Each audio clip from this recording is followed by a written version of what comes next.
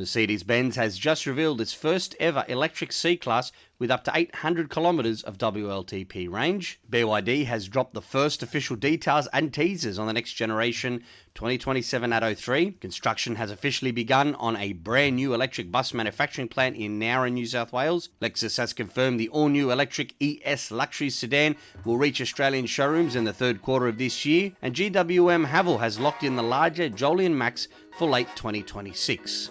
This is Plugged In Australia.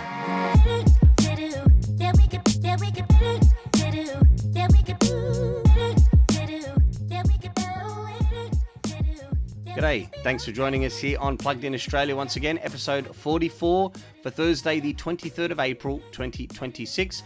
Plenty of stories still out there. We've got the Mercedes-Benz C-Class revealed, we've got the BYD teasing the next generation Atto 3. After that, we're going to go to Nowra in New South Wales to talk about the construction that's begun on the new 6,000 square metre electric bus manufacturing facility. We've got Lexus confirming their all-new 2026 ES luxury sedan. And rounding it all out, we'll have the GWM Jolion Max, which has been confirmed for Australia. Let's get into it.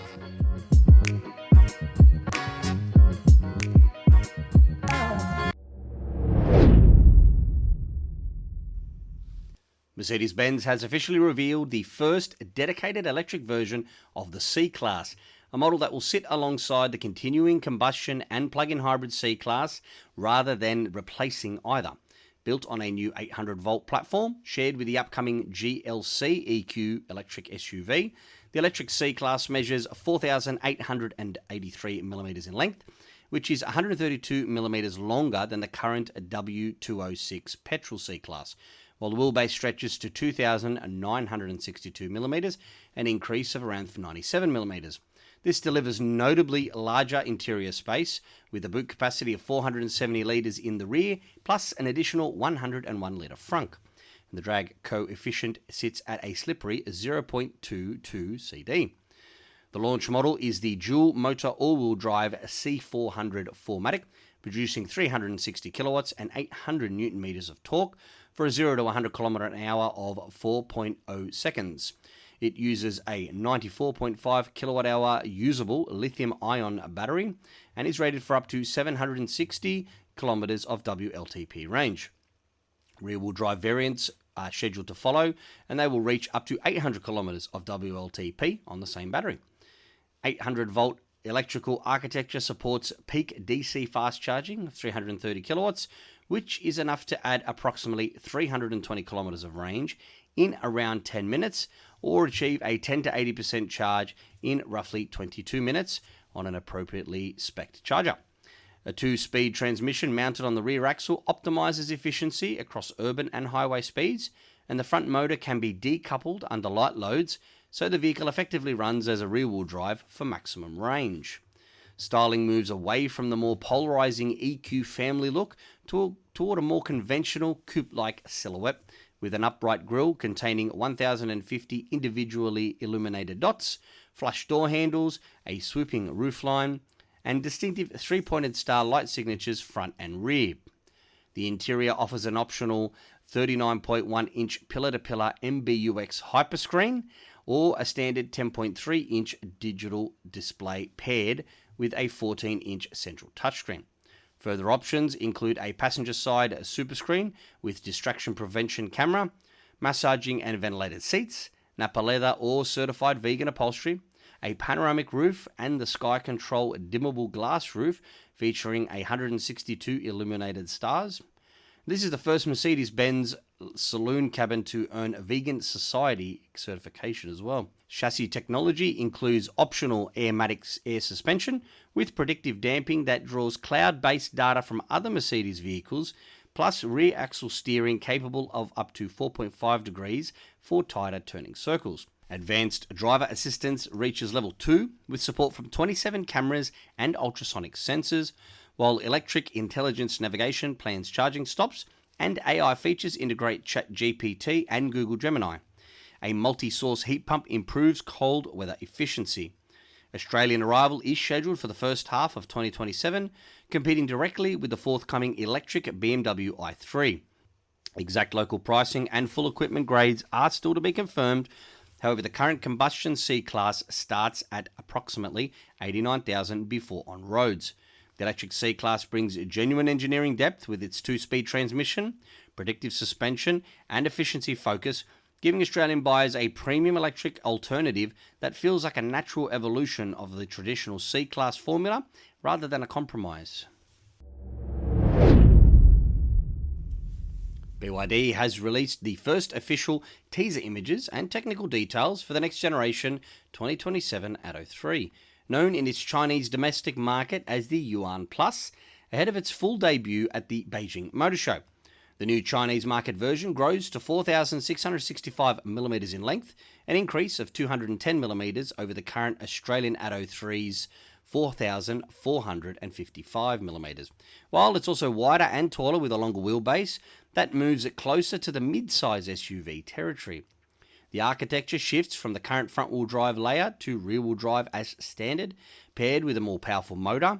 2 new Blade LFP battery options are confirmed, a 57.54 kWh pack delivering 540 kilometers of range, and a larger 68.55 kWh pack delivering 630 kilometers of range on the relevant Chinese cycle, which is the CLTC cycle. The electrical architecture now supports BYD's anticipated flash charging technology, capable of taking the battery from 10 to 70% in just 5 minutes. Exterior design cues from the larger C-Line 8 with new wheel designs and sunken door handles, while the interior moves to a more minimalist layout featuring a 2-spoke steering wheel, a larger non-rotating central touchscreen, an updated digital instrument cluster, conventional slot-type air vents, and traditional door handles. For the Australian market, the full next-generation model's arrival timing and specification remain unconfirmed. Industry sources and right-hand drive market patterns strongly indicate that Australia is more likely to receive a heavily updated version of the current generation Atto 3, closely aligned with the Atto 3 Evo recently shown and approved for the UK right-hand drive market. That Evo retains the existing 4,455mm length and overall silhouette with only mild front and rear bumper revisions, however brings substantial mechanical upgrades. A switch to rear-wheel drive as the primary layout, the addition of an all-wheel drive variant for the first time, and a larger 74.8 kWh battery on some 800-volt architecture. This unlocks up to 510 kilometers of WLTP range and supports DC fast charging at up to 220 kilowatts, a major leap from the current Australian model's 88 kilowatt maximum. Interior revisions in the Evo include a new steering wheel, simplified center console, upgraded door trims, and a larger digital instrument cluster, while retaining signature elements such as the dumbbell-shaped air vents and rotary door handles. Given that the UK market shares a near identical right-hand drive specification with Australia, the Atto 3 appears the most probable candidate for local introduction later in 2026 or early 2027. We will continue to monitor the Beijing Motor Show and subsequent Australian announcements for final confirmation, especially as the current Atto 3 remains one of BYD's strongest volume sellers here and faces increasing competition in the small SUV market. Construction has officially commenced on a new 6,000 square metre dedicated electric bus manufacturing facility in Nowra on the New South Wales coast. The project is being developed by Photon Mobility Distribution, an Australian company established in 2021 and headquartered in Sydney that specialises in zero-emission electric vehicles, including battery electric trucks and buses for the domestic market. Once fully operational, the facility will produce 128 battery electric buses as part of Transport for New South Wales' Zero Emissions Bus program. Photon currently operates from a temporary site with 19 employees and expects the new plant to scale up to 127 full-time jobs once completed. The development is being rolled out in 3 distinct phases. Phase 1, now underway, involves the construction of the main manufacturing shed and is targeted for completion later in 2026. Phases 2 and 3, scheduled for 2027, will add a pre-delivery inspection shed and offer additional office space. Transport Minister John Graham emphasised the importance of retaining manufacturing jobs onshore rather than seeing them move offshore, highlighting the economic benefit for the Nowra region and the broader South Coast supply chain. While specific technical specifications of the buses themselves have not been publicly released, the facility's entire focus is on full battery electric vehicles for fleet operations. This development represents a concrete step forward in building genuine Australian capability in electric vehicle manufacturing and supports the state's broader transition to zero-emission public transport.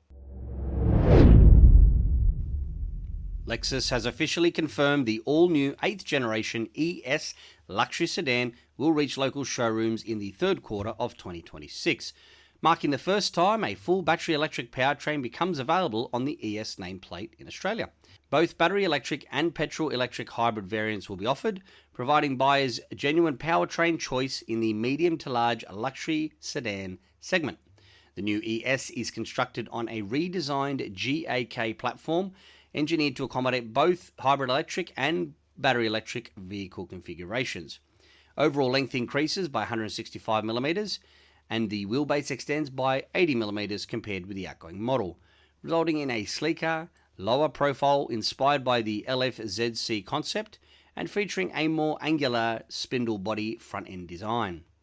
Battery electric variants include the front-wheel drive ES350E, powered by a single motor, producing 165 kilowatts with a claimed WLTP range of up to 582 kilometers, and the dual-motor all-wheel drive ES500E that employs Lexus's direct 4 torque vectoring technology for a combined output of 252 kilowatts and a WLTP range of 519 kilowatts. Now, both vehicles use a 74.7 kilowatt-hour lithium-ion battery and support DC fast charging at up to 150 kilowatts. 10 to 80% charge in approximately 30 minutes.